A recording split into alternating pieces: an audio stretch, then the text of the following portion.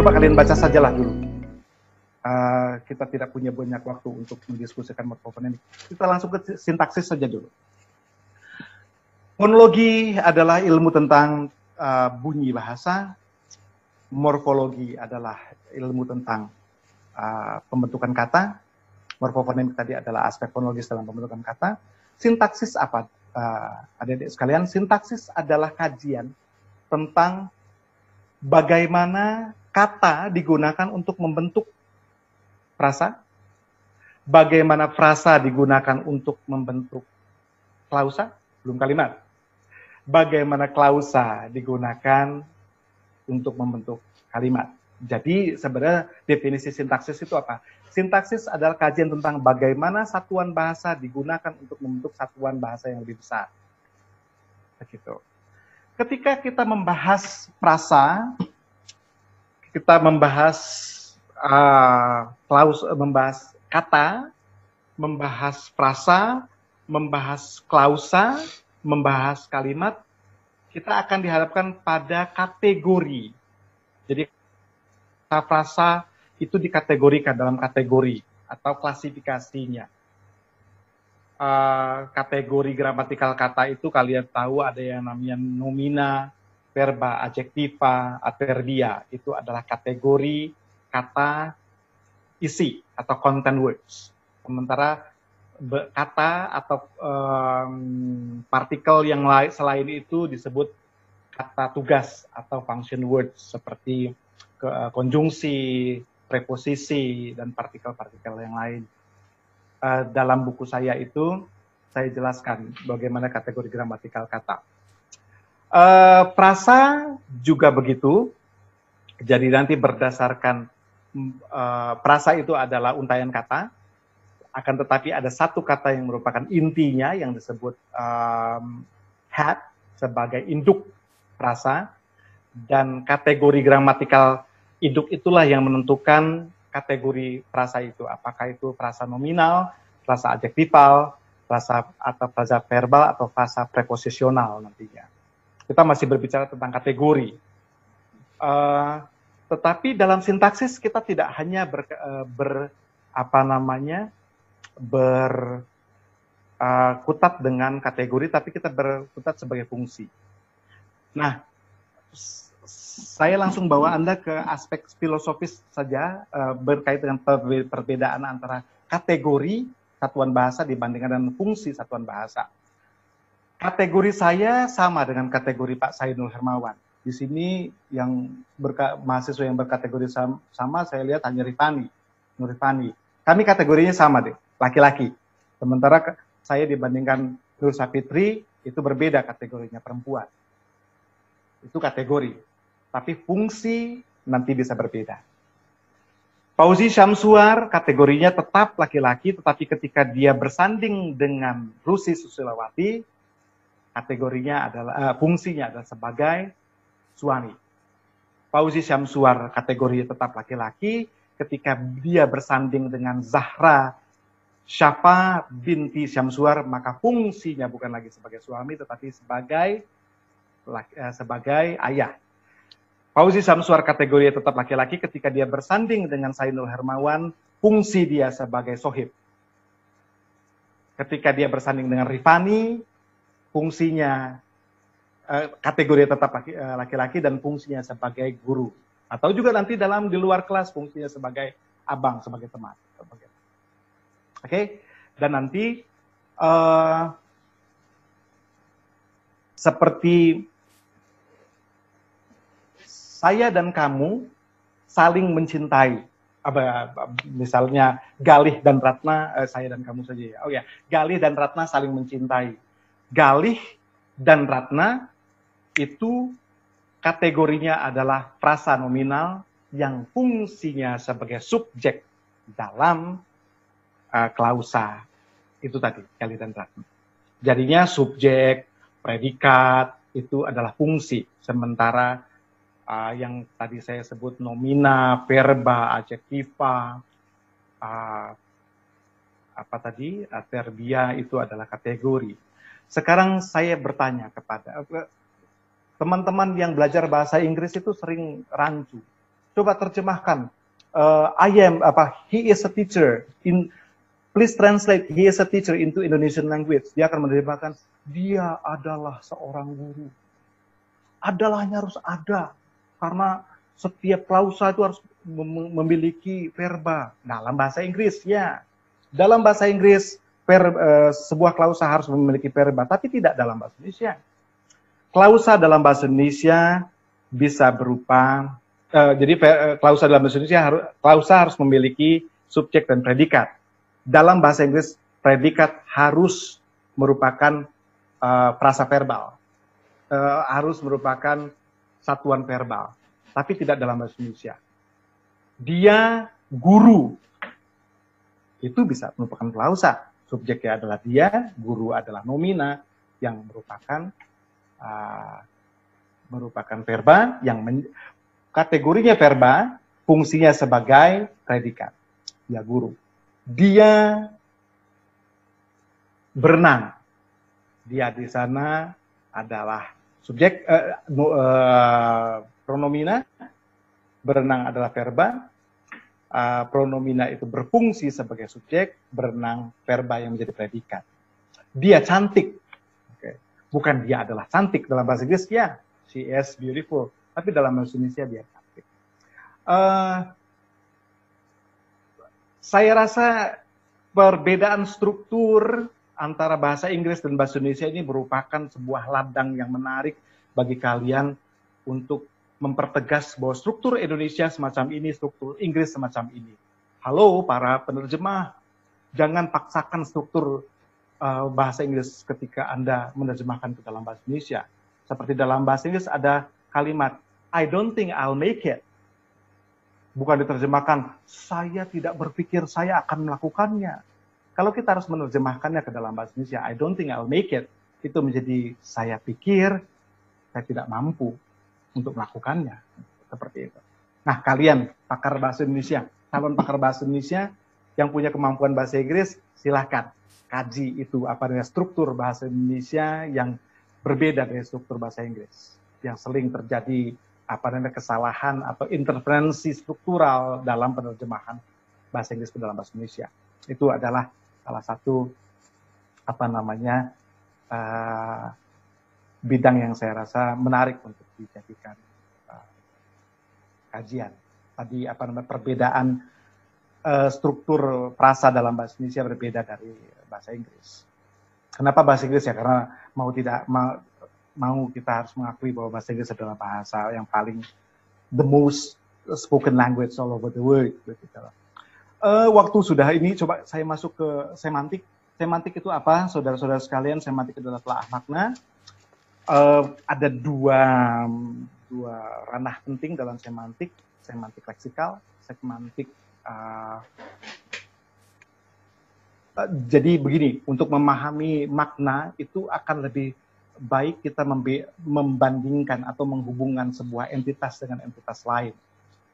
Mari kita masuk ke semantik leksikal. Semantik leksikal adalah upaya memahami makna sebuah satuan bahasa ketika kita membandingkan dengan satuan bahasa yang lain. Relasi leksikal itu mencakupi yang namanya homonimi, homografi, homofoni. Kalian pasti tahu itu. Terus ada juga sinonimi, ada antonimi, ada polisemi. Saya tidak perlu membahas lebih lanjut homonimi, homofoni, sinonimi yang perlu saya garis bawahi di sini. Bahwa ketika kita membahas sinonimi, kita harus memperhatikan bahwa ada yang namanya makna denotasi dan makna konotasi. Saya pernah mentang-mentang dulu belajar bahasa linguistik, saya menggunakan bertemu dengan orang, oh ya semoga Tuhan memberkati kalian ya adik-adik. Terus ada yang jadi ini maaf kalau ada yang Nasrani di sini, saya menggunakan, saya pikir kalau memberkati itu dan memberkahi sama saja. Ya benar, memberkati dan memberkahi sama. Kedua bentuk kata itu adalah bersinonim, tetapi ternyata pengguna bahasa Indonesia sudah memberikan makna yang berbeda. Memberkati dan memberkahi mempunyai denotasi yang sama, ternyata memberkahi memiliki konotasi Islami, sedangkan memberkati memiliki konotasi Nasrani.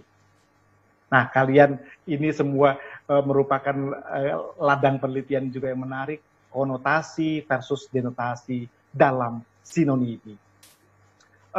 Ketika kita berkait dengan, kita membicarakan antonimi, nanti tolong kalian perhatikan bahwa ada yang namanya gradable antonyms versus complementary antonyms. Complementary antonyms itu apa? Antonim yang berkomplementer itu adalah antonim yang kalau tidak X, maka Y. Kalau tidak mati, maka hidup. Tidak ada di antaranya. Ada Pak, sekarat itu kan di antara hidup dan mati. Tidak. Orang yang sedang sekarat itu masih hidup atau sudah mati? Masih hidup sih. Ya. Bahwa ternyata hidup versus mati adalah contoh yang tepat, yang paling bagus untuk antonim yang berkomplementer. Sementara baik dan jahat itu adalah contoh yang baik untuk antonim yang bergradasi. Kalian catat, antonim berkomplementer versus antonim yang bergradasi itu bagaimana dalam penggunaannya bahasa Indonesia nantinya. Ini ada yang menarik tentang hiponimi dan meronimi. Coba saya akan bernyanyi. Tolong dalam bahasa Inggris ya, saya bernyanyi dalam bahasa Inggris. Tolong sebutkan judul lagu saya ini. Siap? Oke, judul lagu saya ini apa? Kalian pasti tahu dalam bahasa Inggris. Coba judulnya apa? Monkey, crocodile, cats. Monkey, crocodile, cats. Monkey, crocodile, monkey, crocodile, monkey, crocodile, cats. Ya, saya yakin dalam benak, oh itu judulnya Animals. Kenapa Anda tahu judulnya Animals? Ya kan tadi Bapak menyebutkan nama binatang. Bahwa itu adalah subordinatnya, Pak. Superordinatnya adalah binatang. Ketika Bapak menyebutkan misalnya Jasmine, Daffodil, Rose, oh itu judulnya flower, Pak. Karena yang Bapak sebutkan tadi itu adalah subordinatnya dan superordinatnya adalah flower. Oke, tapi subordinat versus superordinat nanti tidak selalu dalam hiponimi, bisa juga dalam meronimi. Meronimi itu adalah bagian-bagian. Jadi contohnya, ini judul lagunya apa dalam bahasa Inggris? Head, shoulders, knees and toes, knees and toes, knees and toes. Ya, itu adalah subordinat bagi superordinat parts of body. Oke? Meronimi versus hiponimi dalam bahasa Indonesia nanti itu sesuatu yang menarik juga untuk dikaji. Untuk tadi itu relasi leksikal, bahwa satuan bahasa bukan hanya leksikal tetapi juga proposisi. Nanti ada yang namanya pengertian atau entailment. Jadi contohnya misalnya saya bilang begini, teman-teman, tadi ada seseorang ditabrak mobil. Oh, berarti orangnya mati dong, Pak. Loh, kamu kok paranormal? Bisa mengatakan, saya kan belum bilang. Ya, Pak, saya itu orang yang punya pengetahuan, Pak. Kalau ada orang ketabrak mobil, ya pasti nanti dia mati, Pak. Itu biasanya seperti itu. Itu adalah namanya entailment. Terus itu nanti saya misalnya menyebutkan, Dek, ternyata kalian tahu nggak, Mbak Sylvie itu ternyata beli mobilnya Mas Charles gitu. Oh gitu ya Pak ya. Terus kalian berguncing lagi kepada, tahu nggak kalian, bahwa Charles itu ternyata ngejual mobilnya ke Mbak Sylvie loh. Perasaan tadi Pak Fauzi nggak ngomong begitu. Ya aku kan memparafrasanya. Mbak Sylvie beli mobil dari Mas Charles, itu maknanya sama saja Mas Charles menjual mobilnya ke Mbak Sylvie, ya kan? Itu adalah parafrase. Tapi nanti hati-hati, bahwa parafrase definisinya bukanlah saying the same thing in different words, tapi saying similar things in different words. Bahwa tetap ada perbedaan. Ketika saya bilang tadi, Mbak Sylvie beli mobil dari Mas Charles, saya lebih menyampaikan Mbak Sylvie dulu sebagai tema, bukan Mas Charles sebagai tema. Tetapi karena kalian tadi bergunjing, karena Mas Charles cakep, terus kalian ngomongin Mas Charles-nya gitu, akhirnya yang ada dalam benak kalian kan Mas Charles kan, jadi Mas Charles yang jadi temanya, Mbak Sylvie. Saya tadi Mbak Sylvie dulu ya, karena Mbak Sylvie-nya cantik. Gitu. Ya, parafrase nanti punya perbedaan. Selain itu ada presuposisi. Presuposisi itu nanti adalah kajian yang dibahas dalam dalam kajian implikatur. Preposisi itu adalah implikatur konvensional. Jadi nanti dalam implikatur percakapan itu nanti ada hal-hal tertentu yang harus dihayati bersama oleh penutur supaya tuturan itu bisa jelas. Kalian pernah naik angkot nggak deh? Pernah naik angkutan umum nggak? Pernah nggak melihat ada seorang cewek dengan cewek yang lain bergunjing? Kalian paham setiap kata, you understand every single word each of them utters. Kalian paham setiap kata yang tutur, tetapi kalian tidak tahu mereka ngomongin apa sih sebenarnya. Karena kalian tidak punya background, tidak punya latar belakang pengetahuan yang sama dengan mereka, sehingga kata-kata mereka tidak bermakna secara pragmatis nantinya. Mengapa? Karena makna pragmatis itu nanti memerlukan konteks.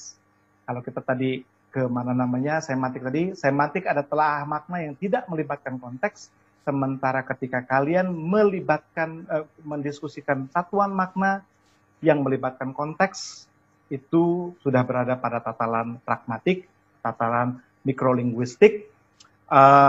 Nanti ada istilahnya teks. Saya jelaskan dulu, nanti ini kalian tanyakan ke Pak Sainul ya, penjelasan lebih lengkapnya. Kalian tahu ya, she is staying at home itu paham ya? Ngerti ya? Paham sih Pak, tetapi makna semantisnya saja. Tetapi she-nya siapa kan kalian tidak tahu. Home-nya di mana kan kalian tidak tahu. Tapi ketika, itu teks namanya. Tetapi ketika saya beri co-teks, my wife decided not to go to her office today, she is staying at home, kalian paham, she itu siapa. Home-nya yang mana? Oh, udah agak ada gambaran begitu bahwa home-nya Pak Fauzi. Itu co-teks yang membantu menerangkan makna teks she is at home tadi. Bahwa nanti konteks itu apa? Nanti Pak Sainul akan menjelaskan makna konteks. Konteks adalah semesta pembicaraan. Konteks adalah situasi yang di dalamnya makna teks baru dapat dipahami ketika ada ko-teks yang mengiringinya. Sok tahu itu ranahnya Pak Obing dan Pak Sainul itu. Ya sudahlah, itu saja butir-butir utama yang bisa saya kertek di sini, yang saya mind mappingkan di dalam kertas yang ada di hadapan saya ini. Sementara saya kembalikan dulu ke Pak Sainul, ke Kak Sainul, monggo.